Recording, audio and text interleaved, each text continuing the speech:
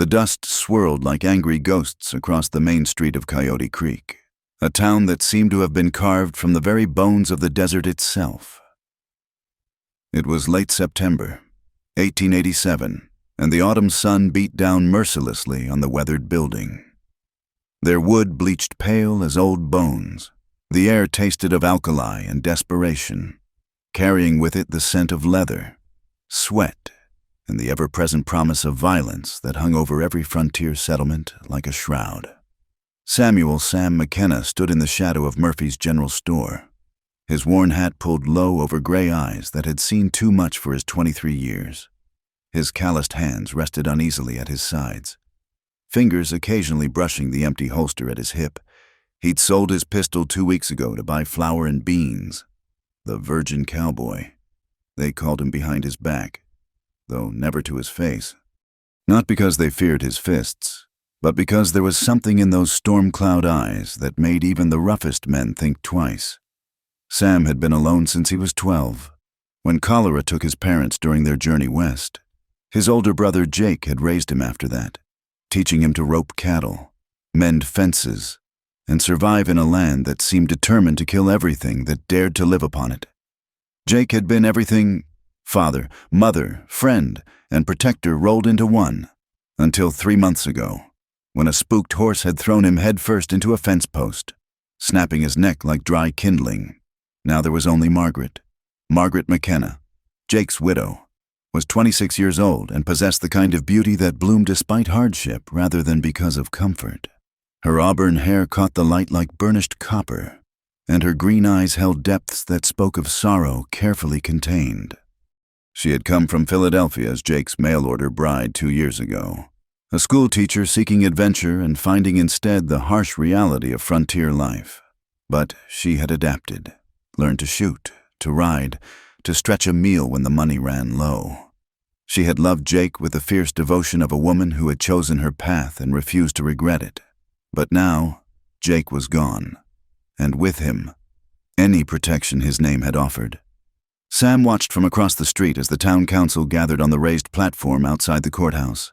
Judge Harlan Foster, a man whose belly preceded him by a good 6 inches, mopped his florid face with a yellowed handkerchief. Beside him stood Mayor Cornelius Briggs, thin as a fence post and twice as rigid, his black suit making him look like an undertaker, which, Sam reflected bitterly, was fitting enough for what was about to happen. The crowd was growing.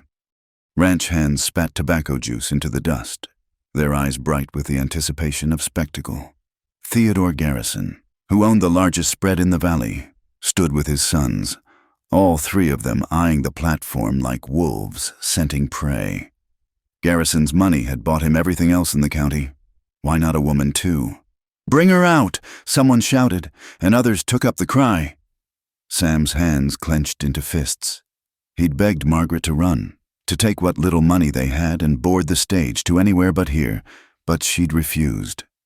"I won't be driven from my home like a thief in the night," she'd said, her chin raised in that way that reminded him painfully of Jake. "I've done nothing wrong. Nothing wrong except being a woman alone in a world that viewed such creatures as either property or prey." The courthouse door opened, and Sheriff Dawson emerged, his hand on Margaret's elbow. She wore her best dress, a faded blue calico that Jake had bought her for their first anniversary. A white shawl covered her shoulders, and she'd pinned her hair up properly, every strand in place despite the wind. But it was the white handkerchief she clutched in her trembling hands that made Sam's heart twist. She was trying so hard to maintain her dignity in the face of this barbarism. "Gentlemen of Coyote Creek," Judge Foster began, his voice carrying across the crowd like the crow of a vulture. "We are gathered here today to address the matter of the widow McKenna. As you all know, the late Jake McKenna died without legitimate heir and with considerable debts to various merchants in our fair town." Sam knew those considerable debts amounted to less than $50, accumulated during Jake's final illness. But in a town where justice was whatever the powerful decided it was, $50 might as well have been $5,000. Furthermore, the judge continued, warming to his subject, "A woman alone is a burden upon our community. lacking as she does the protection and guidance of a husband. Therefore, in the interest of both settling the estate's obligations and ensuring the proper care of the widow herself, the town council has decreed that she shall be married this day to whosoever among you upstanding citizens can provide adequate compensation to her late husband's creditors. The crowd stirred like a pot coming to boil. Sam saw money changing hands as men made wagers on who would claim her. His stomach churned with rage and something else, a feeling he'd never experienced before, a protective fury that made his vision narrow to a tunnel with Margaret at its center. The bidding will commence at $25. Mayor Briggs announced. 30, called out Walt Henderson, who ran the livery stable and was known for beating his horses and his women with equal enthusiasm. 35. This from Portuguese Joe, whose hygiene was legendary even in a town where monthly baths were considered excessive. Margaret stood perfectly still, her face pale as porcelain behind the handkerchief she now pressed to her mouth. Only Sam, who had watched her these past months, could see the slight tremor in her shoulders, the way her free hand gripped the fabric of her skirt. $50! Theodore Garrison's voice cut through the lesser bids like a scythe through wheat. The crowd fell silent. $50 was serious money, more than most men saw in 2 months of hard labor. Sam's hand went to his chest, feeling the weight of the small leather pouch hidden beneath his shirt. Everything he had in the world, $63.40, saved over years of breaking horses and mending fences. Money meant to buy his own small spread someday. Money that Jake had made him promise never to touch, except for that dream. But Jake was dead, and dreams were a luxury the living couldn't always afford. $50, going once, Judge Foster intoned, satisfaction evident in his voice. Garrison would make a generous contributor to his next election campaign. No doubt. Going twice. The words that came from Sam's throat seemed to surprise him as much as anyone. They rang out clear and strong across the square, cutting through the hot air like a blade. She's mine. The silence that followed was complete, broken only by the wind whistling through the gaps in the buildings. Then, like a dam bursting, the crowd erupted in laughter and catcalls. The virgin cowboy wants to play house. Boy doesn't even know which end of a woman is up. Go back to your fence posts, kid. Sam stepped out from the shadow of the store, moving through the crowd that parted before him more from surprise than respect. He kept his eyes fixed on Margaret, saw the shock bloom across her features, followed quickly by something else. Hope, perhaps, or merely a different flavor of despair. I said, he repeated, his voice steady despite the hammering of his heart. She's mine. $60. Theodore Garrison turned slowly, his pale eyes taking in Sam's patched clothes, his empty holster, his work-hardened hands. A smile spread across his face, the kind of smile a snake might wear if snakes could smile. 70, he said casually. Sam felt the ground shift beneath his feet. He had no more. Everything he owned was in that pouch, plus the $3 in his pocket, but as he looked at Margaret, saw the way her shoulders had begun to shake with silent sobs. Something crystallized within him. 75, he heard himself say, though he had no idea where the extra money would come from. Garrison's eyes narrowed. You don't have $75? Boy! I'll have it by sundown. Sam replied, You have my word. Your word. Garrison laughed, and others joined him. What's the word of a boy who's never even kissed a woman worth? Heat flooded Sam's face, but he stood his ground. My word is worth everything I have. Mr. Garrison, can you say the same? The laughter died. In the code of the frontier, a man's word was his bond. To question it was to invite bloodshed. Judge Foster cleared his throat nervously. Well now, the boy has made his bid. Samuel McKenna, you have until sundown to produce $75. If you fail, the widow goes to the next highest bidder. Sam nodded once, then walked to the platform. He extended his hand to Margaret, helping her down the steps. Her fingers were ice cold despite the heat, and he could feel them trembling in his grasp. As they walked away through the jeering crowd, the sun hanging like a threat in the western sky. Sam wondered what in God's name he had just done. He had no idea where he would find $12 more in the next 4 hours. All he knew was that Jake's widow, his sister-in-law, his responsibility, his Margaret, would not be sold like cattle to the highest bidder. Not while he still drew breath. The sun was already beginning its descent toward the horizon, painting the dust of Coyote Creek the color of dried blood. Time was running out, and somewhere in this hard, unforgiving place, Sam would have to find either $12 or a miracle. As they reached the edge of town, Margaret finally spoke, her voice barely above a whisper. "Sam, what have you done?" He looked down at her. This woman he'd barely spoken 10 words to in 2 years, and felt something shift inside his chest like a key turning in a long locked door. "What Jake would have wanted," he said simply, and knew it was true. The sun had moved another hand's width toward the horizon when Sam left Margaret at the small boarding house where she'd been staying since Jake's death. Mrs. Holloway, the proprietor, had pursed her lips disapprovingly but said nothing as Sam promised to return before sundown. Margaret had tried to speak, to protest, but he'd placed a gentle hand on her shoulder the first time he'd touched her deliberately, and told her to wait. Now he stood in the dusty street, $63.40 in his pocket, needing 12 more to save a woman who'd barely noticed he existed until today. The irony wasn't lost on him. For 2 years, he'd watched her from afar, admired the way she'd adapted to frontier life, the gentle way she'd cared for Jake during his final days. He'd loved her silently, hopelessly, the way a man might love a distant star, beautiful to observe but impossible to touch. The saloon beckoned with its promise of poker games and quick money.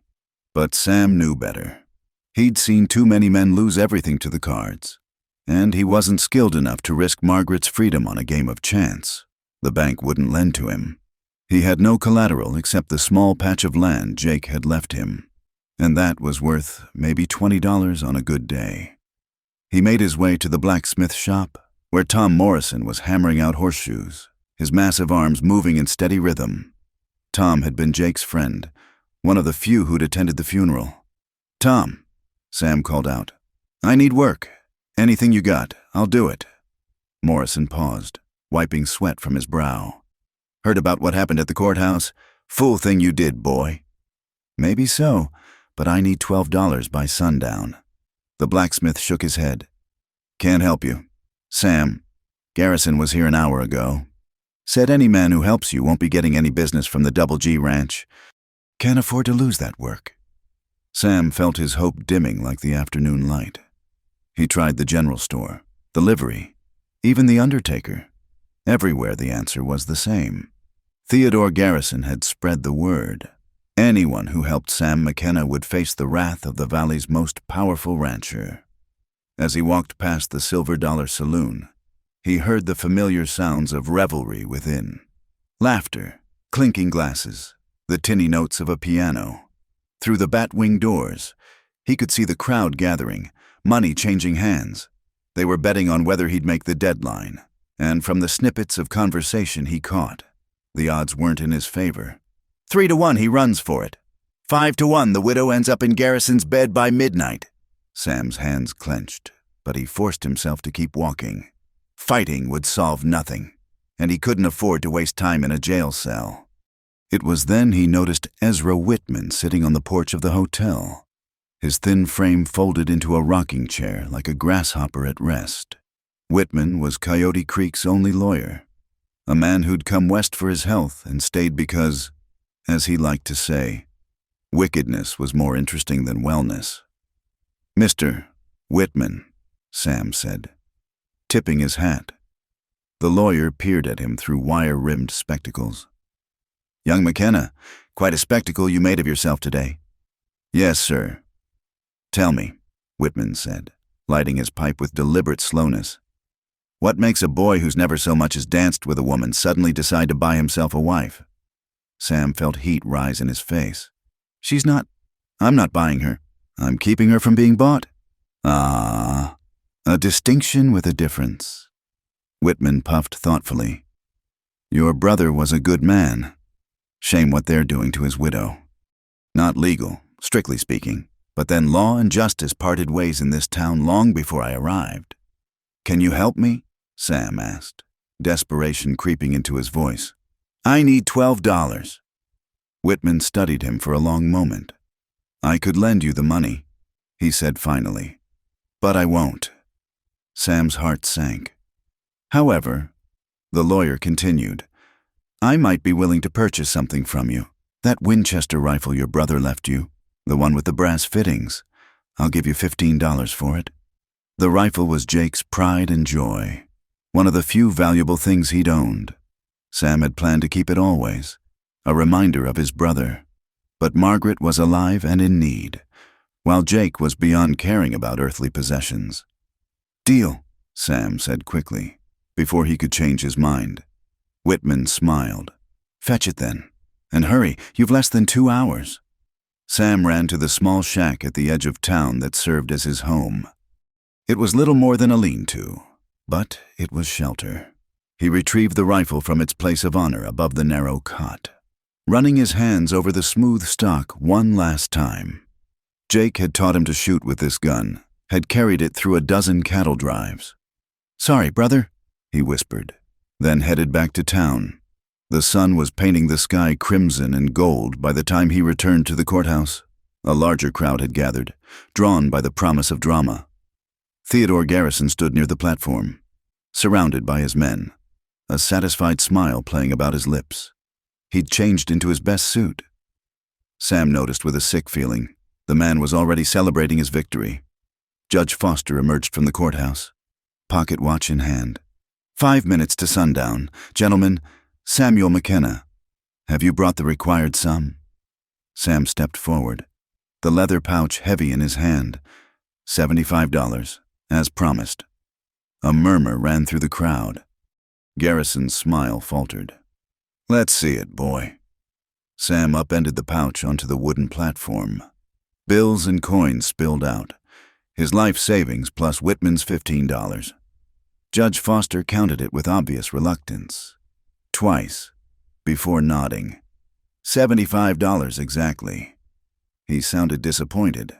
This is ridiculous, Garrison exploded. You're giving her to a boy who doesn't even know what to do with a woman. She'll be wasted on him. The crowd laughed, but it was an uneasy sound now. Sam had done what he'd promised. In the code of the West, that counted for something. The money's been paid. Judge Foster said grudgingly, the widow McKenna is released into the custody of Samuel McKenna. She's mine, Sam said quietly, but the words carried across the square. This time, no one laughed. Garrison stepped close, his voice low and dangerous. You've made a mistake, boy. I don't like being made a fool of. Wasn't my intention, mister. Garrison, Sam replied, meeting the older man's gaze steadily. I just couldn't let it happen. Couldn't let what happen? Me taking proper care of a woman you're too young and stupid to handle? Garrison's voice rose so the crowd could hear. You think you've saved her? You've got nothing, no money, no proper house, no idea what a woman needs. You've condemned her to poverty and shame. Sam wanted to argue, but the truth of Garrison's words hit him like a physical blow. He'd spent everything he had. Come morning, he'd have to figure out how to feed 2 people with no money and winter coming on. What had he done? Sheriff Dawson appeared with Margaret. She'd been crying, Sam could tell, but she held her head high as she walked through the crowd. When she reached the platform, she looked not at Sam, but at Garrison. Mr. Garrison, she said, her voice clear and strong. I would rather live in poverty with a man of honor than in luxury with a man who sees women as cattle to be bought. The insult hung in the air like gunpowder waiting for a spark. Garrison's hand twitched toward his gun, but his men held him back. There were rules, even here. You didn't shoot a woman, no matter the provocation. This isn't over, Garrison said, his pale eyes moving from Margaret to Sam. Boys who play with things they don't understand tend to get burned, and women who don't know their place. He didn't finish the threat, but he didn't need to. Sam stepped between them, his hand moving instinctively to his empty holster. "We'll be going now." "Yes," Garrison said softly. "Go, take your prize home, virgin boy. See how long you can keep her when winter comes and your belly's empty. She'll come begging to me before the first snow. Mark my words." Sam took Margaret's arm, gentle but firm, and led her away from the platform. The crowd parted before them, some faces showing sympathy, others contempt, most simply the blank curiosity of those who'd witnessed a spectacle and were already thinking about supper. As they walked through the deepening twilight, Sam could feel Margaret trembling beside him. When they were out of sight of the crowd, she suddenly stopped. "Why?" she asked, turning to face him. "Why did you do this? You've ruined yourself for what? You don't even know me." Sam looked at her, really looked at her for perhaps the first time, not as Jake's widow, not as the unattainable woman he'd admired from afar, but as a person, frightened, alone, brave in her fear. "I knew Jake," he said simply, "and I know what's right. That's enough." She studied his face in the dying light, and something in her expression softened. "You're very young, Samuel McKenna.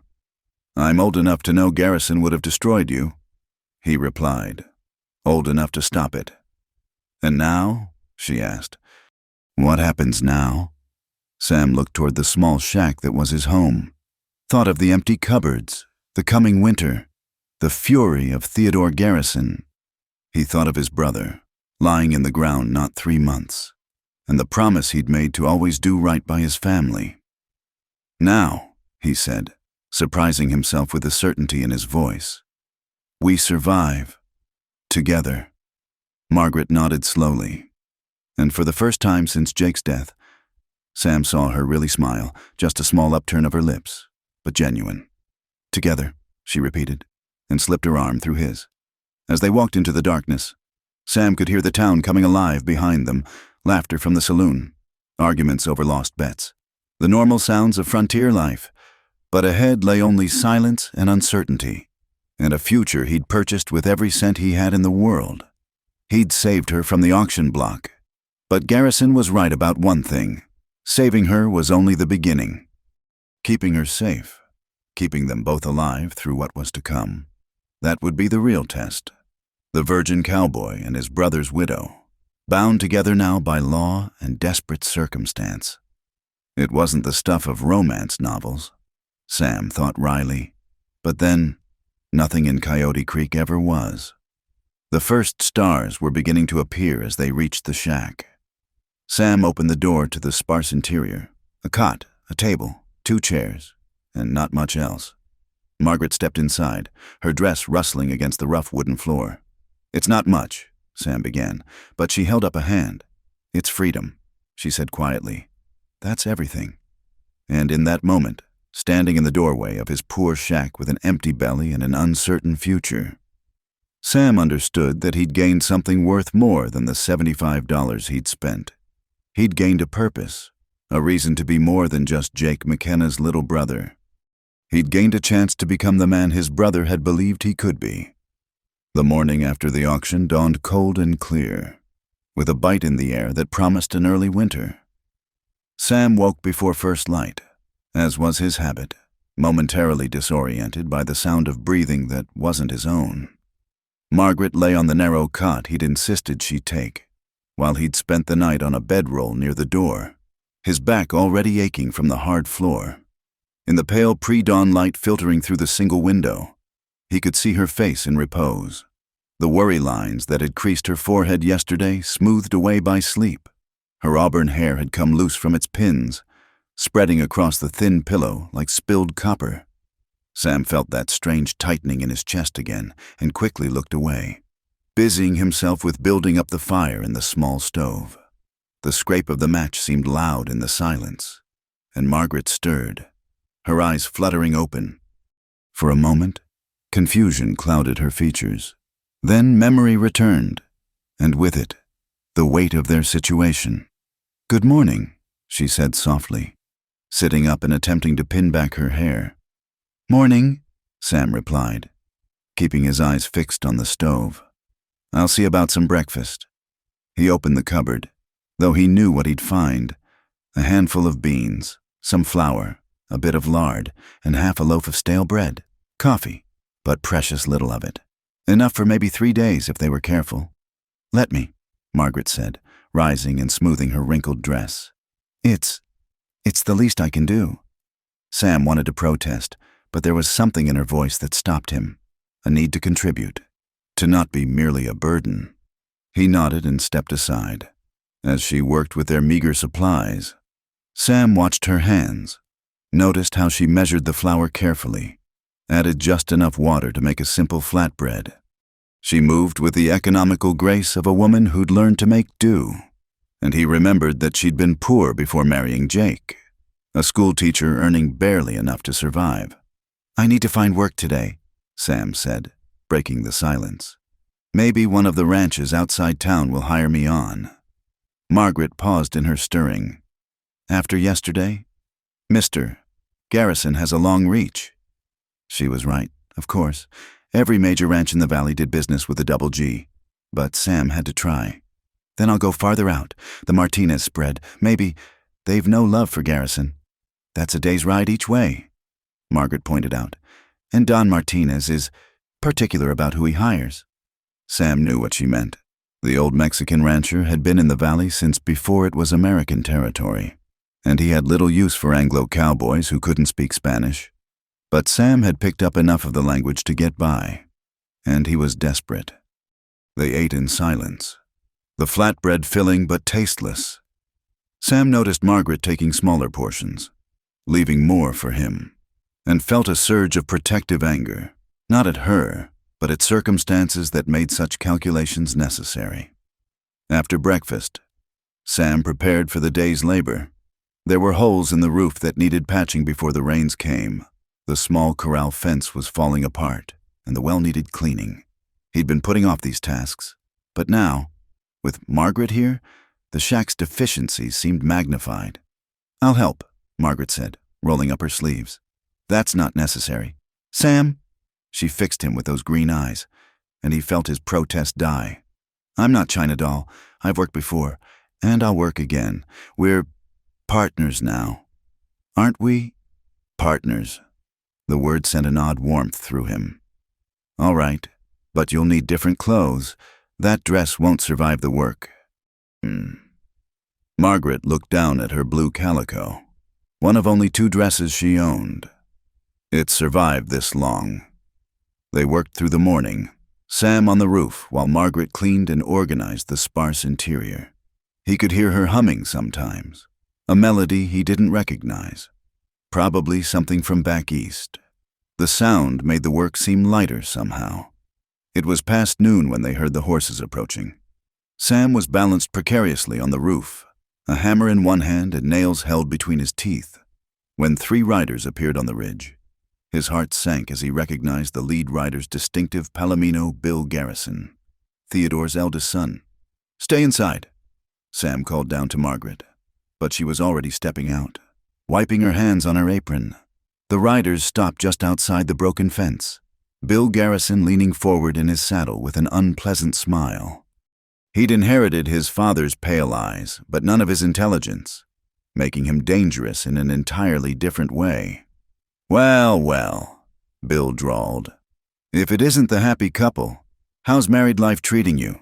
Virgin boy?" Sam climbed down from the roof slowly, deliberately, keeping his movements calm. "What do you want, Bill?" "Just being neighborly. Thought we'd check on Mrs. McKenna. Make sure she's comfortable." His eyes traveled over Margaret in a way that made Sam's hands clench. "I'm quite comfortable, thank you," Margaret said, her voice steady despite the color in her cheeks. "Are you now?" Bill swung down from his horse, his 2 companions following suit. "'Cause from where I'm sitting, looks like you're living in squalor. A woman like you deserves better than a dirt floor and a leaky roof." "What I deserve," Margaret said quietly, "is to be left in peace." Bill stepped closer, and Sam moved to intercept him. They stood face to face, Bill taller and heavier. Sam lean but coiled like a spring. "Your daddy send you here?" Sam asked. "Daddy doesn't know I'm here," Bill replied. "This is just me being concerned. See, I had money on yesterday's auction myself. Would have bid, but Daddy said to let him handle it. Now I'm thinking maybe I should have spoken up. Think whatever you want, Sam said. Elsewhere. Bill's smile widened. You gonna make me leave, virgin boy? You don't even carry a gun. Don't need one for the likes of you. The insult hung between them, and Sam saw Bill's hand twitch toward his holster, but one of his companions, an older hand named Dusty, put a restraining hand on his arm. Not worth it. Bill, your PA wouldn't like it. For a moment, violence trembled in the air like heat shimmer. Then Bill stepped back, laughing. You're right. Dusty, Daddy's got plans for these two. No need to rush things. He mounted his horse again, but before leaving, he looked directly at Margaret. Offer stands, ma'am. When you get tired of playing house with a boy, there's men around who know how to treat a woman proper. They rode off in a cloud of dust, and Sam realized he'd been holding his breath. His hands were shaking, not from fear, but from rage. Sam, Margaret said softly. She touched his arm, and he flinched. I'm sorry, he said. You shouldn't have to hear such things. I've heard worse, she replied. Words don't break bones. No, but the garrisons don't stop at words. Sam looked at the riders disappearing over the ridge. I should have kept Jake's rifle. You did what you had to do. We're here, aren't we? Free? For now. They returned to their work, but the day had soured. Sam found himself constantly scanning the horizon, jumping at every sound. Margaret worked quietly beside him, and he noticed she'd found an old hammer and was fixing loose boards on the chicken coop they no longer had chickens for. As the sun began its descent, Sam stood back to survey their day's work.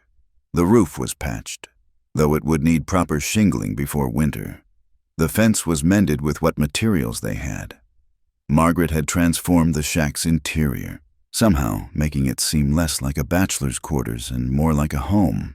You did good work today, he said, watching as she drew water from the newly cleaned well. She smiled, pushing a strand of hair from her face. So did you. Jake always said you were the hardest worker he knew. The mention of his brother sent a familiar pang through Sam's chest. He talked about me. All the time. He was proud of you. Sam said you had more honor in your little finger than most men had in their whole bodies. Sam looked away, uncomfortable with the praise. He was a good brother. He was, Margaret agreed. But he's gone, and we're here. She paused, seeming to gather courage. Sam, about last night, about sleeping arrangements. Heat flooded Sam's face. I'm fine on the floor. Done it plenty of times on cattle drives. That's not, She took a breath. This is your home. I'm the intruder here. I should be the one on the floor. No, Sam said firmly. Jake would tan my hide if I let his wife sleep on the floor while I took the bed. I'm not his wife anymore, Margaret said quietly. I'm your, whatever I am now. The words hung between them, weighted with all the things they couldn't say. In the eyes of the law and the town, she was his woman now, bought and paid for, but between them, in this small shack, they were just two people trying to survive. You're under my protection, Sam said finally. That makes you my responsibility, and I take care of my responsibilities. Margaret studied him for a long moment, then nodded. Very well, but tomorrow, we see about getting another cot. Your back won't last the winter on that floor. The casual way she said it, as if they'd still be together come winter. As if this arrangement was permanent, sent something warm unfurling in Sam's chest. He'd saved her from the auction thinking only of the moment, of preventing an injustice. He hadn't thought about after. As darkness fell and they prepared their meager supper, Sam found himself stealing glances at Margaret. She'd taken down her hair to rebraid it, and in the lamplight, she looked younger than her 26 years. He thought about Bill Garrison's words, about being a boy who didn't know how to treat a woman proper. Margaret, he said suddenly, I need you to know, I don't expect, that is, just because I paid. She looked up from the stove, understanding in her eyes. I know, Sam. You're a good man, like your brother. I'm nothing like Jake, Sam said, more harshly than he intended.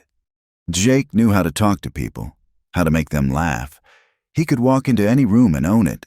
You're just the man who stood up in front of the whole town and said, "She's mine," when everyone else saw me as goods to be sold. Margaret finished. Don't sell yourself short. Samuel McKenna. They ate by lamplight. The silence between them more comfortable now. Outside, a coyote howled in the distance, answered by another. The night sounds of the frontier pressed close around their small shelter. Tomorrow, I'll ride out to the Martinez ranch, Sam said. If I leave before dawn, I can be back by nightfall. Be careful, Margaret said. The garrisons won't give up easily. I know. Sam pushed back from the table. But we need money for supplies. Winter's coming, and what we have won't last a week. As Margaret cleared the dishes, Sam stepped outside to check the horses. The stars were brilliant in the clear sky, and his breath misted in the cold air. Somewhere out there, Theodore Garrison was planning his next move. Men like him didn't take defeat well, but for tonight, Margaret was safe. She was here, under his roof, under his protection. It wasn't much, but it was a start. When he came back inside, Margaret was seated at the table, mending a tear in her dress by lamplight. The domestic scene struck him with unexpected force. This is what Jake had had, what Sam had never dared dream of. A woman's presence that transformed a house into a home. Sam? Margaret looked up from her sewing. Thank you for everything. He ducked his head, uncomfortable with gratitude. No need for thanks. It's what's right. Not everyone does what's right when it costs them everything they have. Sam thought about the $75, about Jake's rifle, about the uncertain future stretching before them. Then he looked at Margaret, lamplight catching in her hair, and knew he'd pay it all again. Wasn't everything, he said quietly. Still got the land, still got my hands and my back, still got... He paused, then pushed forward. Still got you to protect. That's something. Margaret's needle stilled. For a moment, their eyes met across the small room, and something passed between them. Not quite understanding, not yet affection, but possibility. Yes, she said softly. That's something. Later, as Sam lay on his bedroll listening to Margaret's quiet breathing from the cot, he thought about the days ahead. They had little money, fewer friends, and powerful enemies. Logic said they were doomed, but as sleep finally took him, Sam remembered his brother's words from years ago. Sometimes, little brother, the heart knows truths the head can't understand. Maybe Jake had been right about that, too. The rumors started like wildfire in drought season, spreading from the saloon to the general store to the boarding houses, growing more lurid with each telling. By the end of the first week, everyone in Coyote Creek had heard some version of the story about the virgin cowboy and his brother's widow living in sin at the edge of town. Sam felt the weight of their stares when he rode into town for supplies, using the last of their money for flour and beans. Conversation stopped when he entered Murphy's general store, and Mrs. Murphy served him with lips pursed so tight they nearly disappeared. "That all?" she asked, tallying his meager purchases. "Yes, ma'am." She leaned forward, her voice dropping to a whisper that somehow carried throughout the store. "It ain't right, what you're doing. That poor woman, trapped out there with a boy who don't know nothing about nothing." Sam's jaw tightened, but he kept his voice level. "Mrs. McKenna is free to leave whenever she chooses." "Is she now, Mrs.?" Murphy's eyes glittered with malicious satisfaction. "Heard tell she's got nowhere else to go. Heard tell you spent every cent you had buying her, and now you're both starving." "We're managing fine," Sam said, though the $5 he'd just spent represented their last money in the world. The ride back to the shack seemed longer than usual, the weight of the town's judgment pressing down on his shoulders like a physical thing. When he arrived, he found Margaret hanging wash on the line they'd strung between two posts, her movements efficient despite the bitter wind. "How was town?" she asked, not turning around. "Same as yesterday." She nodded, understanding what he didn't say. Yesterday, someone had spit at his feet. The day before, 3 women from the church auxiliary had crossed the street to avoid speaking to him. I could go instead, Margaret offered, as she had every day this week. No. Sam's response was sharper than intended. The thought of Margaret facing those leering eyes, those whispered accusations, made his stomach turn. I mean, it's better if I go. That evening, they sat down to another meal of beans and flatbread. Sam noticed Margaret taking even smaller portions than usual and pushed his own plate toward her. Eat, he said. I've had enough, Margaret. He waited until she looked at him. We're in this together. That means we both eat or we both go hungry. Don't insult me by starving yourself on my account. Color rose in her cheeks, but she took the plate. They ate in silence, the howl of the wind outside filling the gaps in conversation. A week later, things took a turn for the worse. Sam had ridden out before dawn to check his trap lines, hoping for rabbit or even prairie dog to supplement their dwindling supplies. When he returned at midday, he found Margaret backed against the wall of the shack, Bill Garrison and 2 of his men standing far too close. Just saying you could do better, Bill was saying. His hand braced on the wall beside her head. A woman like you needs a real man, not some boy playing house. Sam dismounted in one fluid motion, his rifle in his hands before his feet hit the ground. Step away from her. Bill turned, that unpleasant smile spreading across his face. Well, look who's learned to carry a gun. You even know which end to point, virgin boy? Back away from her, Sam repeated. Or find out. You won't shoot, Bill said confidently. You're too noble, too good, just like your brother. My brother's dead, Sam said quietly. And I'm not him. Something in his tone must have penetrated, because Bill's smile faltered. He stepped back, hands raised mockingly. No harm done, he said. Just checking on the lady's welfare, making sure she's satisfied with her situation. The implications in his tone made Sam's finger tighten on the trigger. Only Margaret's quiet voice stopped him. Sam, let them go. He forced himself to lower the rifle slightly, though he kept it ready. Bill and his men mounted their horses, but before leaving, Bill called out, This ain't over, boy. Daddy's got plans for you. And when he's done, I'll be here to comfort the grieving widow. They rode off laughing, and Sam stood there shaking, not from fear but from the effort of restraint. He'd come so close to pulling that trigger, closer than he'd ever been to taking a life. Are you hurt? He asked Margaret, his voice rough. No, they just talked. What did they say? Margaret turned away. Nothing worth repeating. That night, Sam dragged his bedroll closer to the door and loaded the rifle, placing it within easy reach. Margaret watched from the cot but said nothing. They both knew the visits would continue, would escalate. The Garrisons weren't known for their patience. The next morning brought a new problem. Sam went to saddle his horse for another attempt at finding work and discovered a deep gash along the animal's flank, as if from a knife. The wound wasn't life-threatening but would keep the horse from being ridden for weeks. Sons of... Sam bit off the curse, aware of Margaret watching from the doorway. They came in the night, she said. It wasn't a question. Must have. Sam examined the wound, anger burning cold in his gut. Without a horse, he couldn't reach the distant ranches that might hire him. He was effectively trapped, which was exactly what the Garrisons wanted. They tended the horse together, Margaret holding the animal steady while Sam cleaned and bandaged the wound. Her hands were gentle but sure, and Sam found himself watching her face as she murmured soothing words to the frightened animal. You're good with horses, he observed. I grew up on a farm, she said. Before I became a teacher, we had draft horses, not riding stock, but the principle's the same. They need kindness and a firm hand, like most creatures. Is that what I need? The question slipped out before Sam could stop it. Kindness and a firm hand? Margaret looked at him then, really looked at him, and something shifted in her expression. Maybe we both do. They were standing close, closer than propriety allowed.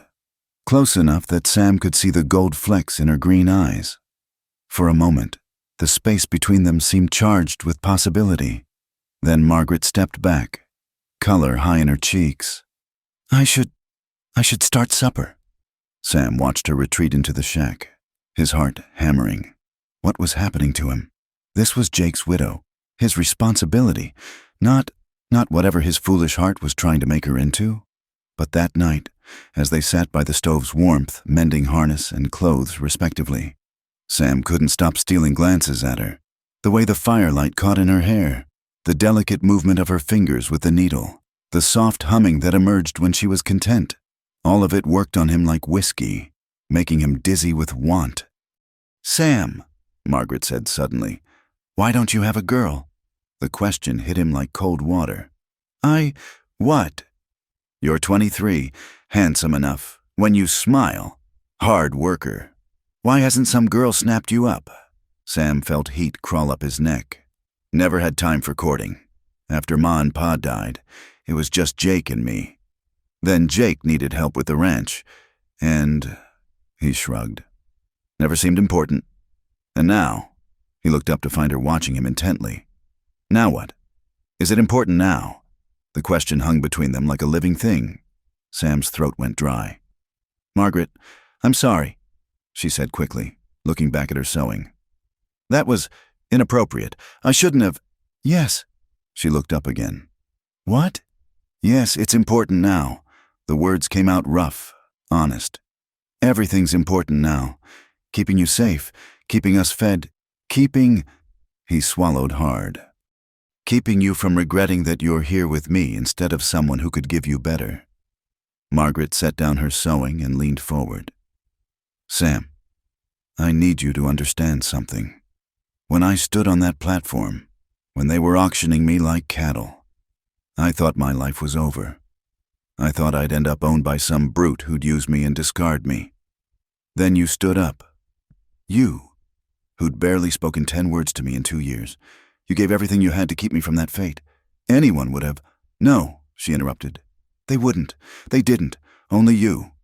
She paused, seeming to gather courage. "I don't regret being here, poor as we are, uncertain as tomorrow is.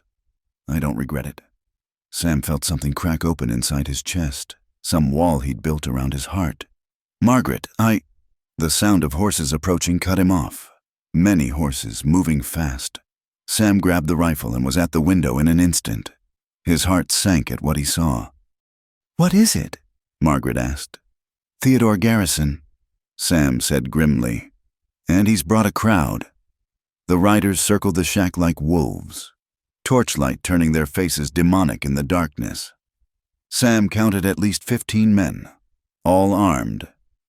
Theodore Garrison sat his horse in the center, looking like a general surveying a battlefield. "Samuel McKenna," Garrison called out. "Come out and let's discuss this like civilized men." Sam looked at Margaret. Her face was pale but determined. "Together," she said. He nodded. "Together." They stepped out into the circle of torchlight. Sam's rifle held ready but not raised. Garrison smiled at the sight of them. "Young McKenna, Mrs. McKenna." He tipped his hat mockingly. "I've come with a proposition." "Say your piece and go," Sam said. "Straight to business. I like that." Garrison reached into his coat and produced a leather pouch, heavy with coin. $500. More money than you'll see in 5 years of breaking your back. "Take it and leave. Tonight. Both of you. Start fresh somewhere else. And if we refuse—" Garrison's smile vanished. "Then things become unpleasant. Your horse's injury was just the beginning. Fences break, wells go bad, accidents happen. The frontier's a dangerous place for a man alone, even more so for a woman." "You threatening us?" Sam asked, though they both knew he was. "I'm explaining reality," Garrison replied. "You've got nothing. Boy, no money, no friends, no future. Take the gold and go. It's more than generous." Sam felt Margaret's hand touch his arm. Just briefly. The contact steadied him, gave him strength. "No," he said simply. "No?" Garrison's eyebrows rose. "You choose pride over survival." "I choose what's right over what's easy." Sam replied, "This is our home. We're not leaving." Garrison studied them for a long moment, then nodded slowly. "So be it. But remember, boy, I offered mercy. What comes next is on your head." He wheeled his horse around, and the riders followed, thundering off into the night. Sam and Margaret stood in the sudden silence, both aware that they'd just declared war on the most powerful man in the valley. "We could have taken it," Margaret said quietly. $500. Started over somewhere new." Sam looked down at her. "Did you want to?" She met his eyes, and in them he saw the same stubborn determination that had kept her standing proud on that auction platform. "No," she said. "This is our home. We stand our ground, even if it means whatever it means." She finished. "I'm tired of running, tired of being afraid. If they want to fight, we'll give them one." Sam felt a fierce pride surge through him. This woman, this incredible, brave woman, was choosing to stand with him against impossible odds. In that moment, he understood something that had eluded him before. Strength wasn't about being fearless. It was about being afraid and standing firm anyway. "All right then," he said. "We'd best prepare. They'll be back, and next time it won't be for talk." As they went back inside, Sam's mind was already working, planning defenses, calculating resources. They were outnumbered, outgunned, and outmaneuvered. By any logical measure, they were doomed. But logic hadn't made him stand up at that auction. Logic hadn't made Margaret choose to stay, and logic wouldn't determine what happened next. The virgin cowboy and the widow would make their stand together. Come what may, the drought came first, settling over the valley like a curse. By late October, the well that Sam had so carefully cleaned began to run low, yielding only muddy water that had to be strained through cloth before drinking. The autumn rains that usually filled the cisterns never came, and the creek that gave the town its name dwindled to a trickle. Sam watched the sky each morning, searching for clouds that never appeared, without water for the horse, without enough to properly irrigate the small vegetable garden Margaret had optimistically planted. They were reduced to the bare minimum for survival.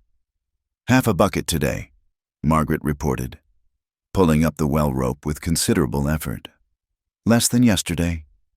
Sam took the bucket from her, noting how her hands had roughened from the work, how her dress hung looser on her frame. They were both growing thin on their meager rations, and now water would become another scarcity to manage. "We'll make do," he said, though he wasn't sure how. The garrison's harassment had been constant but subtle cut fence lines, spooked horses, dead animals left at their door. Nothing they could prove. Nothing that would bring the law, even if Sheriff Dawson hadn't been in Theodore Garrison's pocket. Then came the fever. It started with the horse, Jake's old mare that Sam had been nursing back to health. One morning he found her down in the corral, sides heaving, eyes rolled back. By noon, she was dead. By evening, 2 of their 3 remaining chickens had followed. "It's not natural sickness," Margaret said, kneeling beside the dead birds. "Look at the foam around their beaks." Poison. Sam didn't need to say it aloud. Someone had contaminated their feed or water, probably both. He burned the carcasses, but the damage was done. They were down to one scrawny rooster and whatever game Sam could trap. 3 days later, Margaret fell ill. Sam had gone out before dawn to check his snare lines, finding them empty as usual. Another form of harassment, he suspected. When he returned, he found Margaret collapsed beside the well, the water bucket overturned beside her. "Margaret!" He dropped to his knees, gathering her into his arms. Her skin burned with fever, and she mumbled incoherently, her eyes unfocused. Sam carried her inside, his mind racing. The nearest doctor was in Coyote Creek, but he might as well be on the moon for all the help he'd provide. Doc Hendricks wouldn't cross Theodore Garrison, not for Sam McKenna. He made Margaret as comfortable as possible on the cot, bathing her face with what little clean water remained. Her fever climbed throughout the day, and by nightfall, she was delirious, calling for Jake, for her mother, speaking to people who weren't there. Sam had never felt more helpless. He knew basic frontier medicine, how to set a bone, stitch a wound, treat snakebite. But this fever was beyond his knowledge, and watching Margaret suffer was agony worse than any physical pain. On the second night, as her fever reached dangerous heights, Sam made a decision. He saddled their remaining horse, a sway-backed nag barely fit for riding, and headed for town. Not to Doc Hendricks, but to the one person who might help despite the cost. Rosa Morales lived in the Mexican section of town, in a small adobe house that smelled of herbs and candle wax. She was what the Anglos called a curandera, a healer who used old knowledge passed down through generations. The proper folk of Coyote Creek publicly scorned her services while privately seeking them out when conventional medicine failed. "Sam McKenna," she said, opening the door before he could knock. "I wondered when you would come. It's Margaret, Mrs. McKenna. She's sick with fever. Please, I know what you need." Rosa was already gathering supplies, filling a worn leather bag with various pouches and bottles. "The sickness that took your animals has found a human host. Garrison's money bought strong poison. You know about that?" Rosa's dark eyes were sad but knowing. "I know many things. I know your brother was a good man. I know you try to walk in his footsteps. I know the woman you protect has touched your heart, though you dare not speak it." Heat flooded Sam's face, but he didn't deny it. "Can you help her?" "Perhaps, but my help comes with a price." "I don't have money." "Not money." Rosa finished packing her bag. "A promise. When the time comes, and you will know when it does, you must choose love over honor. Promise me this." Sam didn't understand, but Margaret was dying. "I promise." They rode back through the darkness, Rosa surprisingly spry on the back of the old nag. She took one look at Margaret and began working immediately, brewing teas from herbs Sam couldn't identify, creating poultices that filled the shack with strange but not unpleasant odors. "The poison attacks the blood," she explained, forcing a bitter tea between Margaret's lips. "It was meant for you. I think women sometimes react differently than intended." "Will she live?" Rosa looked at him with those knowing eyes. "That depends on her will, and yours. She fights not just poison, but despair. Give her reason to fight." Through the long night, Sam sat beside the cot, holding Margaret's hand. Rosa had instructed him to talk to her, to anchor her to this world with his voice. Awkwardly at first, then with growing confidence, he spoke.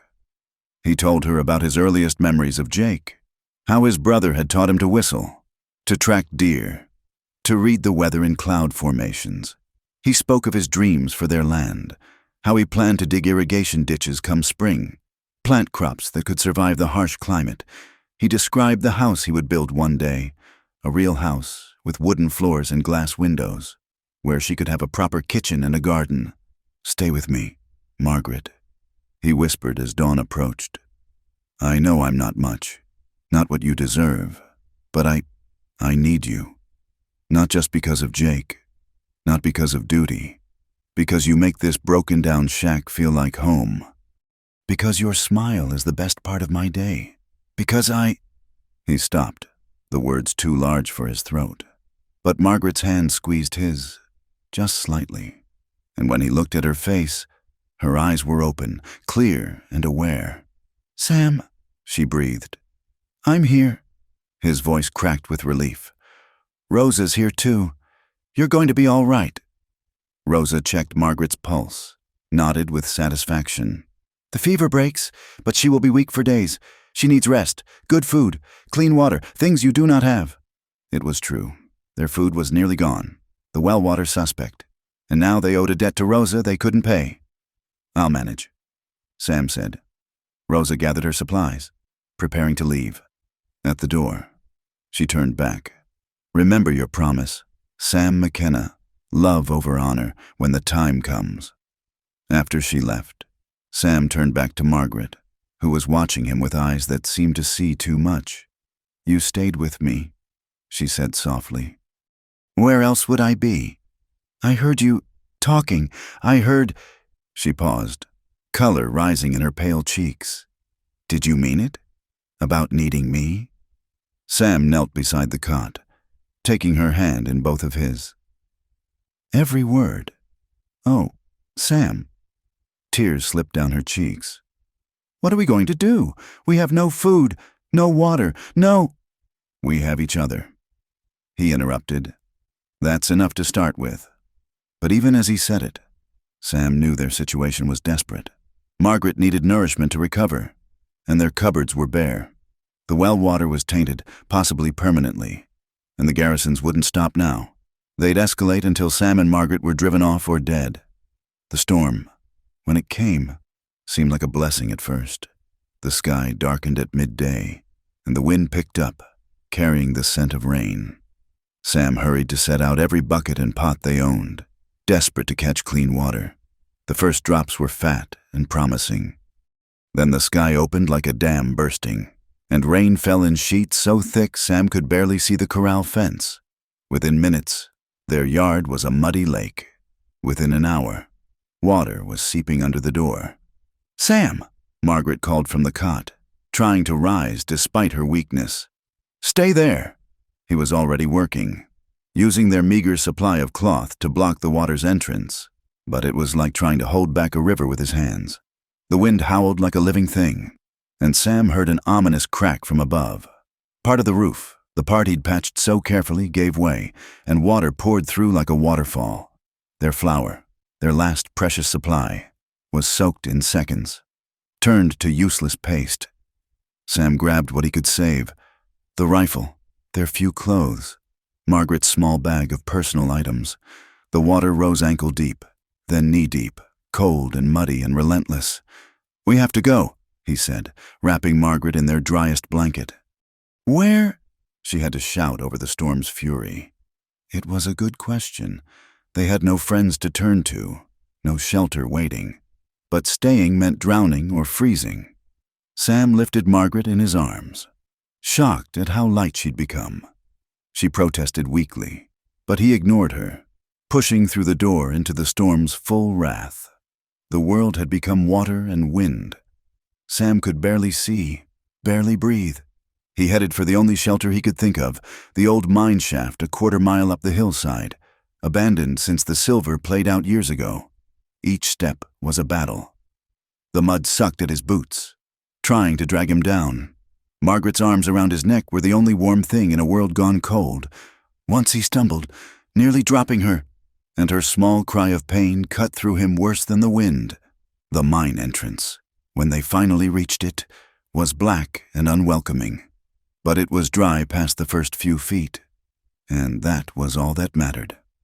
Sam set Margaret down gently on a relatively flat spot, then went back out to salvage what he could from their destroyed home. When he returned, carrying their few saved possessions, he found Margaret had managed to find and light their one remaining candle. The small flame seemed impossibly bright in the darkness. "Well," she said, attempting a smile, "it's not much, but it's dry." Sam looked at her, soaked, sick, sitting in an abandoned mine with everything they owned destroyed, and felt his heart swell with an emotion too large for naming. "Margaret McKenna," he said, "you are the strongest woman I've ever known." "Strong," she laughed, but it turned into a cough. "I'm sitting in a hole in the ground, weak as a kitten, with nothing to my name but a wet blanket." "You're alive," Sam said fiercely. "We're both alive. After everything they've thrown at us, poison, drought, storms, we're still here, still fighting. That's strength." Margaret studied him in the candlelight. "When did you become so wise, Sam McKenna?" "About the time I fell in love with my brother's widow," he said, the words escaping before he could stop them. The silence that followed seemed to echo in the mine's depths. Sam wanted to take the words back, to swallow them, but they hung in the air between them like the candle flame, small but undeniable. "Sam," Margaret whispered. "I'm sorry," he said quickly. "I shouldn't have. You're sick and vulnerable, and I'm supposed to be protecting you, not—" "Sam," she said again, stronger this time. "Come here." He moved closer reluctantly, afraid he'd ruined everything. Margaret reached out, her cold fingers touching his face. "You beautiful, foolish man." she said softly. Don't you know? I've been falling in love with you since the day you stood up in that crowd and claimed me. Every day since, watching you work yourself to exhaustion for us, seeing you stand against men twice your size and power. How could I not love you? Sam's breath caught. But Jake is gone, Margaret said firmly. He would want us to find happiness, to take care of each other. He loved us both too much to want anything else. She was right, Sam realized. Jake would have laughed at their guilt, would have pushed them together with his usual boisterous certainty. I love you, Sam said, the words coming easier now. I love you, Margaret, and I love you, she replied. He kissed her then, there in that cold mine with the storm raging outside and their future uncertain. It was awkward and sweet and perfect. The virgin cowboy's first real kiss, given and received with a heart full of love. When they pulled apart, both were crying, though neither could have said whether from joy or sorrow or simply the release of emotions too long contained. What do we do now? Margaret asked, echoing her question from days before. Sam looked around their makeshift shelter, then back at the woman he loved. They had no home, no food, no clear path forward, but they had each other, and somehow that seemed like everything. Now, he said, pulling her close for warmth and comfort. We survive this night. Tomorrow, we fight back, together. Together, Margaret agreed, resting her head on his shoulder. Outside, the storm raged on, trying to wash away everything in its path. But inside the mine, wrapped in each other's arms, Sam and Margaret had found something the storm couldn't touch, a love forged in hardship, tested by fire, and strong enough to weather whatever came next. The attack came 3 days after the storm, when Sam and Margaret were still sheltering in the mine. They'd ventured back to the ruined shack, only to salvage what little remained. A few tools, some salvageable wood, the rifle that Sam had wrapped in oilcloth. The rest was destroyed, washed away or ruined beyond saving. Sam had just returned from checking his snare lines, empty as always, when he heard the horses. The thunder of hooves echoed off the canyon walls, and he knew with cold certainty that their respite was over. Margaret, he called into the mine, get back as far as you can. She appeared at the entrance, still pale from her illness, but steady on her feet. How many? Too many. He counted at least a dozen riders spreading out in a semicircle around the mine entrance. Bill Garrison led them, his face twisted with cruel anticipation. But it was the men with him that made Sam's blood run cold. Not ranch hands this time, but hired guns, men with dead eyes and well-worn pistols. McKenna, Bill called out. Time's up. You've played your little game long enough. Sam checked his rifle, counted his ammunition. 23 rounds. Not nearly enough. What do you want, Garrison? You know what we want. The woman. Send her out, and you can walk away. Hell, I'll even give you a horse and supplies. More than you deserve. Go to hell. Bill's laugh was ugly. Have it your way, boys. Burn them out. Sam saw the torches being lit and understood their plan.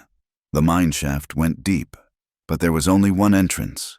Fill it with smoke, and he and Margaret would have to come out or suffocate. Sam? Margaret whispered beside him. He hadn't heard her approach. Let me go. It's me they want, not you. No? Sam, please. I won't watch you die for... I said no. He turned to face her, seeing his own death reflected in her eyes. We stand together or not at all. The first torch arced through the air, landing just inside the mine entrance. Sam kicked it back out, but 2 more followed. The dry brush they'd gathered for kindling caught immediately, smoke beginning to fill the shaft. Back, Sam said, pushing Margaret deeper into the mine. There might be another way out, but he knew there wasn't. He'd explored the shaft while Margaret recovered, finding only dead ends and collapsed tunnels. They were trapped. The smoke thickened, acrid and choking. Sam tore strips from his shirt, soaking them with their precious water supply to create makeshift masks. It helped, but not enough. Soon they were both coughing, eyes streaming.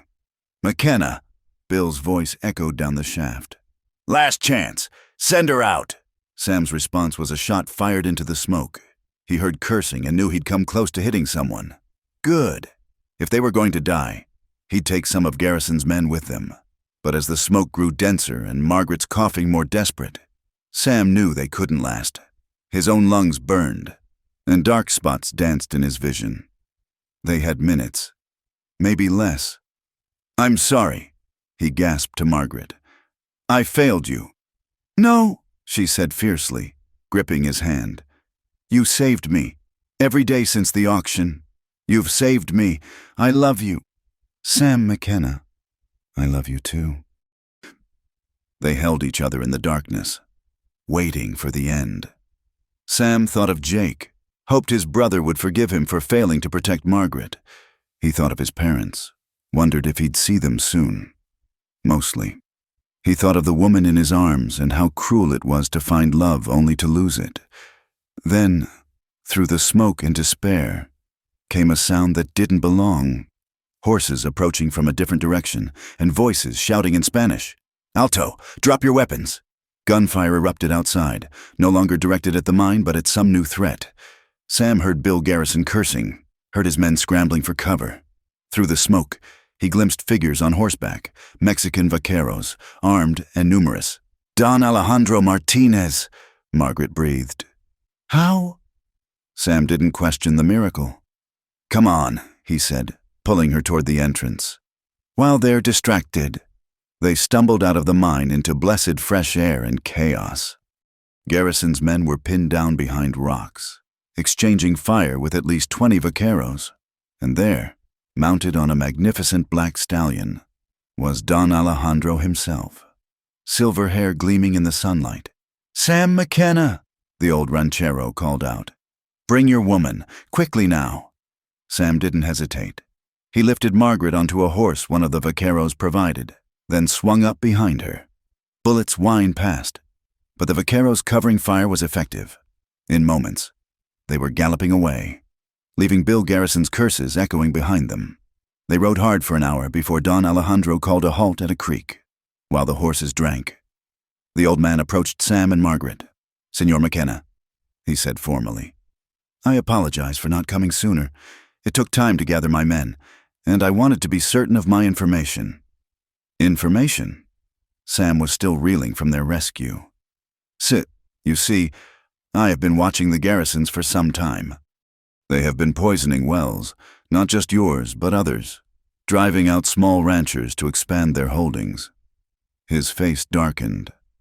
"This I cannot allow." "Why help us?" Margaret asked. "We're strangers to you."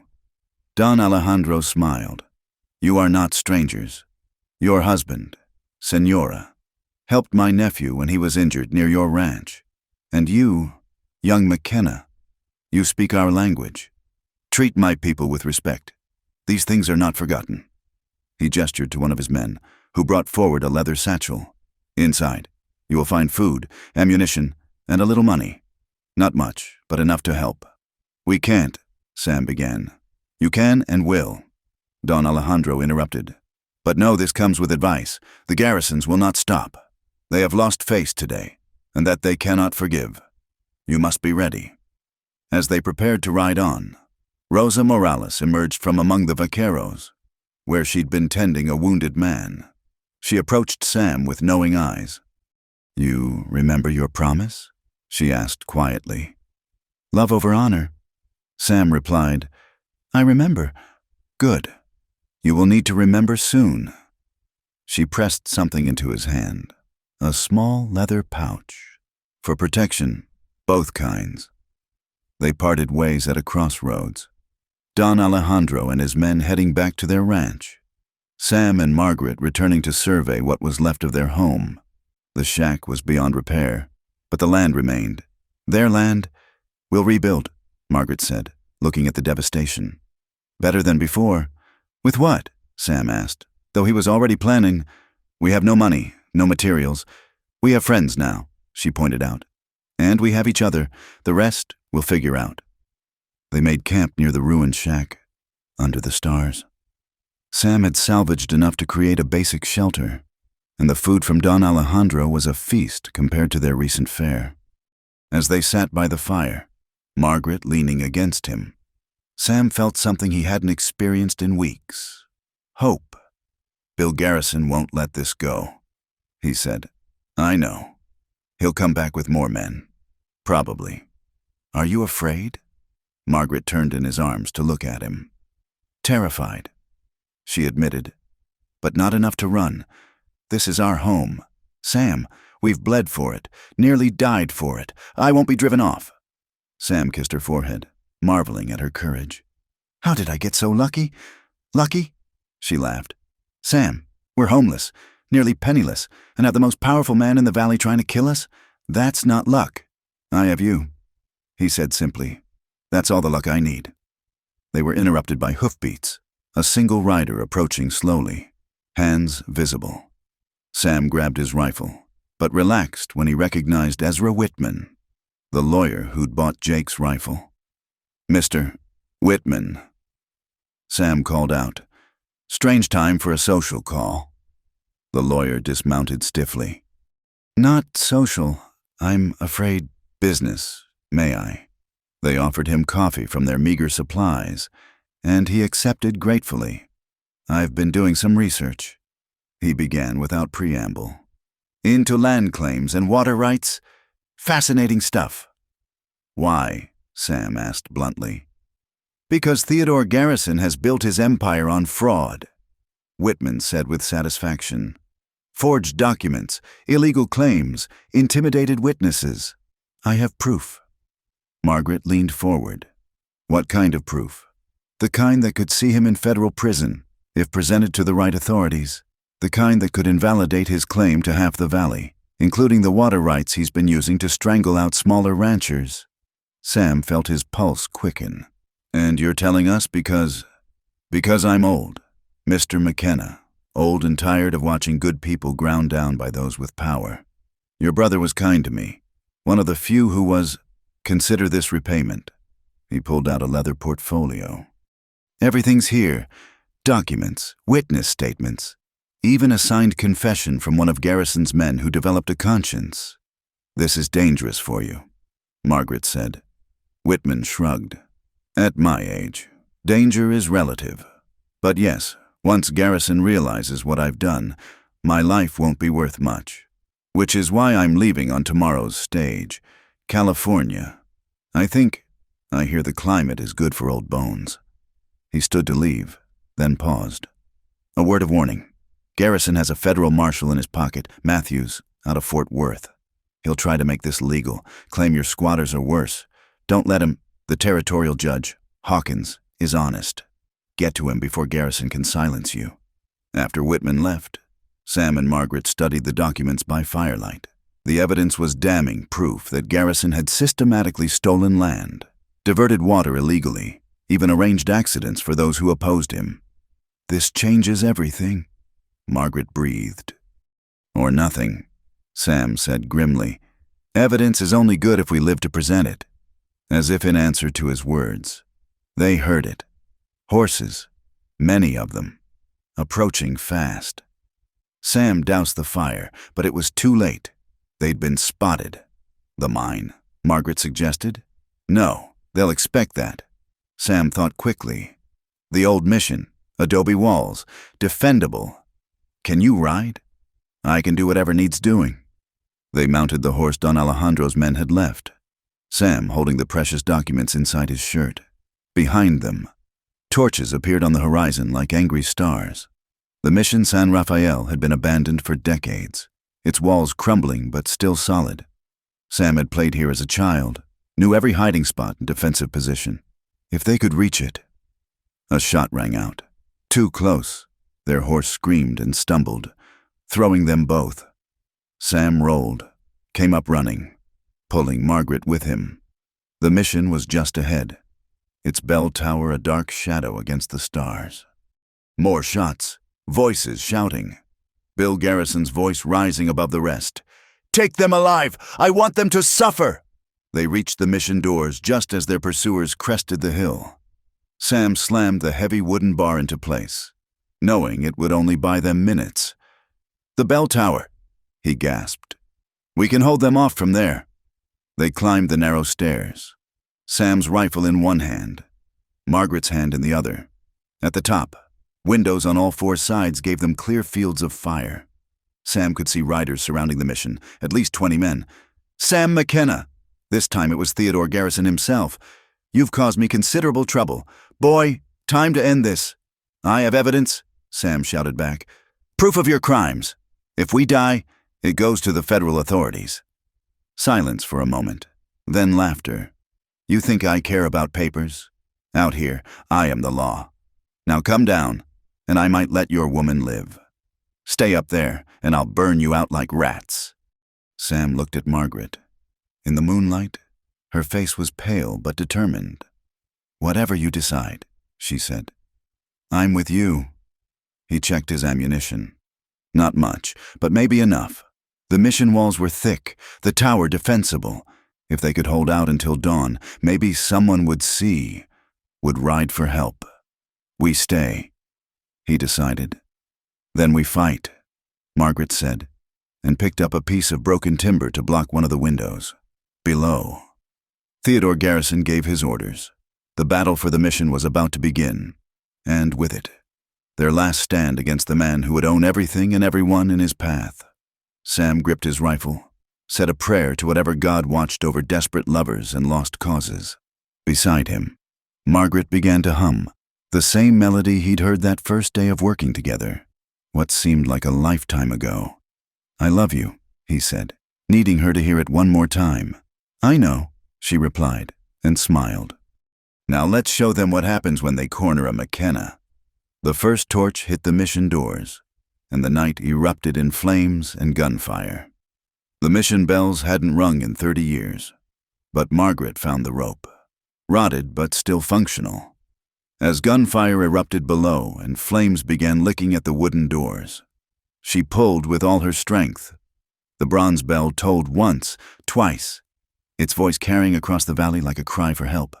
"Good thinking," Sam said, squeezing off another shot through the window. "Maybe someone will hear." Below, Theodore Garrison's men had taken cover behind overturned wagons and rock outcroppings. The initial rush had cost them. Sam counted at least 3 men down, wounded or worse.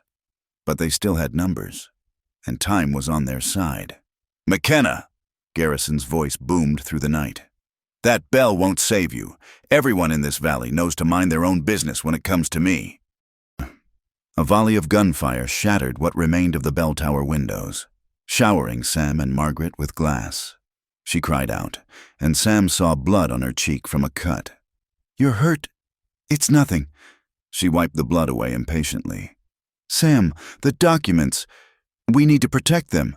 He'd almost forgotten about Whitman's evidence in the heat of battle. Sam pulled the leather portfolio from his shirt, looking around the bell tower for a hiding place. Margaret pointed to a loose stone in the wall. "There, if something happens, maybe someone will find them." Sam pried the stone free and tucked the documents behind it, replacing the stone carefully. As he did, more gunfire erupted, and he heard something that made his blood run cold. The sound of axes on wood. "They're breaking through the doors," he said. Margaret grabbed his arm. "How much ammunition?" 8 rounds. They shared a look that said everything. 8 bullets wouldn't stop 20 men. But Sam saw no despair in Margaret's eyes, only fierce determination. "Then we make them count," she said. The smoke from the burning doors was beginning to reach the bell tower, bringing back terrible memories of the mine. But this time, they had the high ground. This time, they could see their enemies coming. The first man through the shattered doors took Sam's 7th bullet in the shoulder, spinning him around and sending him crashing back into his fellows. The charge faltered. Men reluctant to be the next through that fatal doorway. "Burn the whole damn place," Bill Garrison's voice, high with frustration. "Smoke them down." More torches flew through the air, landing on the mission's wooden roof beams, ancient timber, dried by decades of desert sun, caught like kindling.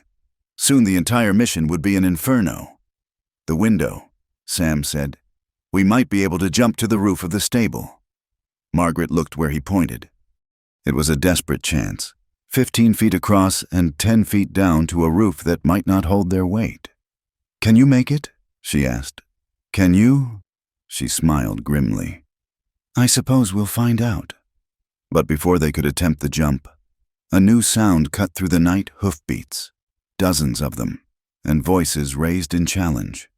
Not English or Spanish, but something else. "Apache!" Margaret breathed. Through the smoke and flames, Sam saw riders pouring over the hillside. Apache warriors, painted for war, their cries chilling the blood. But they weren't attacking the mission. They were attacking Garrison's men. "What in the hell?" Sam began. Then he saw her, Rosa Morales, riding behind one of the warriors, pointing toward the mission, and beside her, incongruously, Judge Hawkins from the territorial court, clutching his saddle horn for dear life. The battle below turned to chaos. Garrison's hired guns, tough as they were against townsfolk, had no stomach for fighting Apache warriors in the dark. Men scattered, fled, fell under arrows and bullets. In minutes, what had been a siege became a rout. "Now," Sam grabbed Margaret's hand. While they're distracted, they scrambled down the bell tower stairs, coughing from smoke, eyes streaming. The main floor of the mission was a hell of flames and shadow. Through the inferno, Sam saw Theodore Garrison himself, abandoned by his men, trying to reload his pistol with shaking hands. Their eyes met across the flames. Garrison raised his weapon, and Sam knew he had one bullet left, one shot to end this, one way or another. But before either could fire, a figure emerged from the smoke. Bill Garrison, bloody and wild-eyed, charging at Sam with a knife.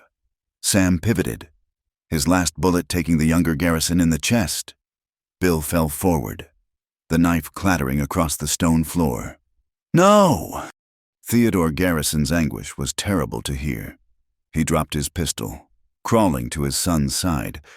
"Billy, my boy!" For a moment, Sam felt pity.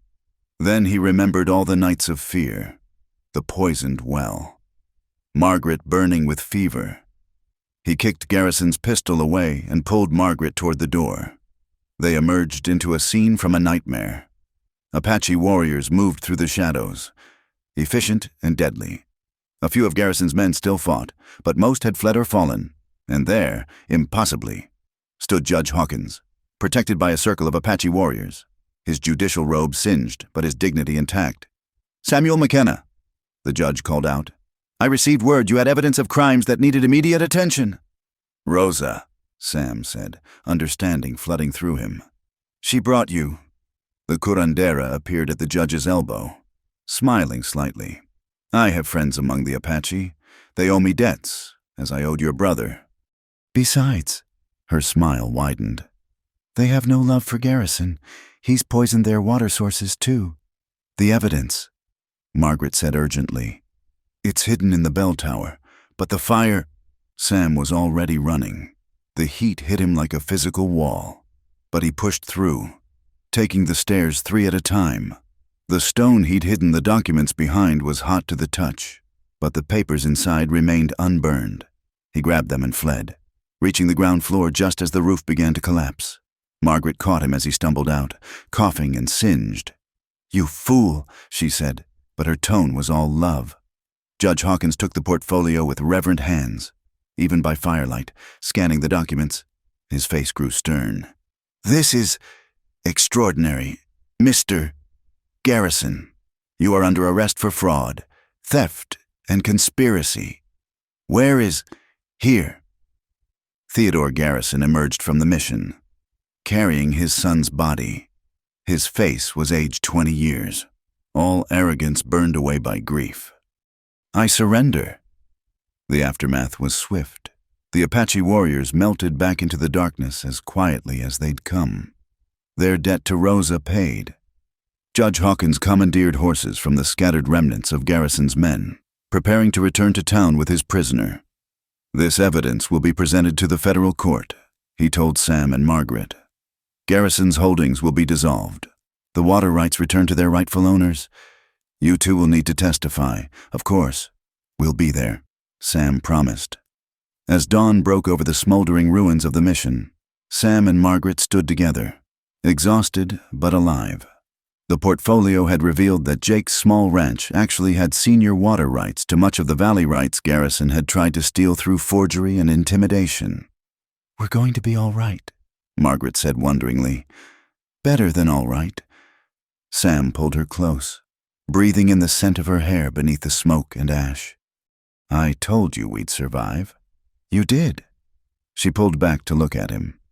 "Sam McKenna, you beautiful, brave fool. You saved us. We saved each other," he corrected. Rosa approached, leading 2 horses. "These are yours now," she said. "From Garrison's string. Consider them payment for a promise kept. Love over honor." Sam said, "But I don't understand. I never had to choose." Rosa's smile was mysterious. "Didn't you? You chose to love your brother's widow instead of honoring society's rules. You chose to risk everything for love instead of taking Garrison's money and preserving your honor. Every day, you chose love."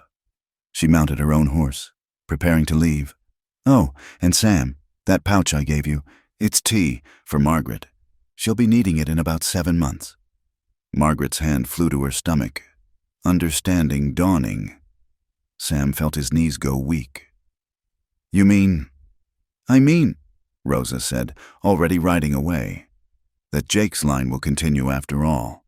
Be well, both of you. All 3 of you." They stood in the morning light, Sam's hand covering Margaret's on her still flat stomach, both crying and laughing at once. Around them, the mission bells lay silent in the rubble, their work done. The virgin cowboy who'd claimed a widow to save her from shame would be a father. The woman who'd been put up for auction would be the mother of a child born free. "I love you," Sam said, the words he'd been so afraid to speak now coming as easily as breathing. "I love you too," Margaret replied, "my brave cowboy, my heart, my home." As they mounted their horses to return to their land, free and clear now, Sam thought about Jake. His brother would have loved this, would have teased Sam mercilessly about finally becoming a man, would have spoiled the baby rotten. "Thank you, brother," he whispered to the sky. "I'll take care of them, I promise." The sun climbed higher, burning away the last of the smoke, revealing a world washed clean and new. Somewhere in the distance, a meadowlark began to sing, and Margaret hummed along. That same melody that had sustained them through darkness. They rode toward home, not the shack that had been destroyed, but the home they would build together on the land Jake had left them. With water rights restored and Garrison's threat ended, they could prosper. The virgin cowboy and the widow would become ranchers, parents, pillars of a community rebuilt on justice instead of fear. But first, they would rest, they would heal, they would plan a future that had seemed impossible just days before. "What will we name the baby?" Margaret asked as they rode. Sam thought for a moment. "If it's a boy, Jake. If it's a girl," he smiled. "Hope. Because that's what you gave me." "Hope it is, then," Margaret said confidently. "I have a feeling." They rode on together into the rising sun, leaving the ruins and the old life behind. Ahead lay challenges, certainly, but also joy, love, and the promise of new life. The virgin cowboy had become a man. The widow had found love again, and from the ashes of their trials, something beautiful had grown. In the distance, storm clouds gathered on the horizon, but this time, they promised rain for the parched earth, not destruction. This time, Sam and Margaret would weather whatever came, together. The first snow came early that year, dusting the newly built cabin like a blessing. Sam stood on the porch he'd finished just the week before, watching Margaret through the window as she moved about their kitchen, their real kitchen, with a proper stove and shelves lined with preserves for winter. Her movements were careful now, her belly round with their child. 6 months had passed since the night at the mission. 6 months of hard work and harder choices, but also of joy neither had dared dream possible. The trial had been swift. Theodore Garrison sentenced to 20 years for his crimes, his empire divided among those he'd wronged. Sam and Margaret had received not just clear title to Jake's land, but compensation for their suffering, enough to build proper, enough to start fresh. "You'll catch your death standing out there," Margaret called through the door. "Come in and eat." Sam took one last look at their land, their cattle grazing in the distance, the well running clear and deep, the barn raising scheduled for next week with neighbors who now called them friends. It was everything Jake had dreamed of, everything Sam had thought impossible. Inside, warmth wrapped around him like an embrace. Margaret had made the cabin a home with touches he never would have thought of. Curtains at the windows, a rag rug by the fireplace, wildflowers in a vase on the table even in winter. But it was her presence that transformed wood and stone into sanctuary. "Sit," she commanded, setting a plate before him. "You've been working since dawn. The fence won't mend itself," Sam said, but he sat gladly. These days, Margaret's word was law in their home, and he wouldn't have it any other way. As they ate, a comfortable silence settled between them. Sam still marveled at how easy it had become, this life together. The awkwardness of those first weeks had melted away, replaced by a partnership deeper than he'd known possible. "I was thinking," Margaret said suddenly, "about names again." Sam smiled. It was her favorite topic these days. "Still set on Hope? For a girl, yes, but if it's a boy," she hesitated. "I'd like to call him Samuel, after his father." Sam's throat tightened. Jake was his uncle," Margaret interrupted gently. "You're his father, the man who saved us, who built this home, who works every day to give us a better life. Samuel Jacob McKenna. It has a nice sound." Before Sam could respond, they heard horses approaching. His hand went automatically to the rifle by the door, old habits dying hard. But through the window, he saw friendly faces, Don Alejandro Martinez and several of his vaqueros. "Don Alejandro." Sam greeted him at the door. "Welcome. What brings you out in this weather?" The old rancher dismounted, his movements still spry despite his years. "Business and pleasure. Young McKenna. May we come in? I have news that concerns you both." Soon they were gathered around the fireplace, coffee warming their hands. Don Alejandro studied the cabin approvingly before getting to his point. "The territorial government is opening new lands for settlement," he said. "Good lands, with water access, just south of here. They're giving preference to established ranchers with proven success." "That's wonderful for those who qualify," Margaret said carefully. Don Alejandro smiled. "Indeed, which is why I'm here. I'm getting old, mis amigos. My sons have their own spreads in California. I need someone I can trust to manage my northern holdings, someone who understands both Anglo and Mexican ways. I'm offering you a partnership. Sam, run my northern range. Take a percentage of the profits. In time, perhaps more." Sam felt Margaret's hand find his under the table. That's generous. "Don Alejandro, but why us?" "Because you stood when others would have knelt," the old man said simply. "Because you treat all people with respect. Because your brother saved my nephew, and you've proven worthy of his legacy. And," his eyes twinkled, "because I'm a businessman. You've turned this small ranch profitable in 6 months. Imagine what you could do with real resources." They discussed details as the snow began falling harder outside. It was a good offer, more than good. It would mean security for their child, opportunity to build something lasting. When Don Alejandro and his men left, Sam and Margaret stood at the door watching them disappear into the swirling white. "It's a big responsibility," Margaret said. "Everything worthwhile is—" She leaned against him, his arm coming naturally around her shoulders. "Do you ever think about how different it all could have been if you hadn't stood up that day?" Sam thought about it often. One moment of courage or foolishness had changed everything. "I think about it, but I can't imagine any life but this one now. The virgin cowboy who saved the widow," Margaret teased gently. "Though I suppose that title doesn't fit anymore." Sam blushed, as he still did when she spoke of such things. Some innocence, once lost, couldn't be recovered, But what they'd found together was worth more than innocence. It was knowledge, connection, the deep intimacy of souls who'd walked through fire together. That night, as the storm raged outside, they lay in their bed, their real bed, with a proper mattress and Margaret's quilts. Her head rested on his shoulder, his hand protective over the swell of their child. "I felt the baby move today," she said quietly. "During Don Alejandro's visit, like he was excited about the future too. Or she," Sam reminded her. "Or she." Margaret agreed. "Either way, this child will grow up free. No auctions, no desperate choices, no powerful men thinking they own the world. Just freedom and love and possibility." Sam pressed a kiss to her hair. "I promise you that, both of you." Outside, the wind howled, but inside they were warm and safe.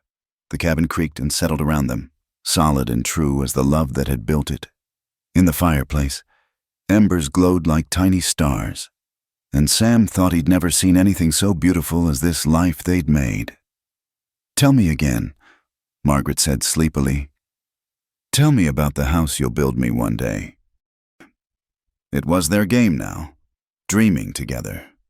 2 stories, Sam began, as he always did, with real glass windows and a wraparound porch, a parlor where you can receive visitors properly, and a library for all those books you want.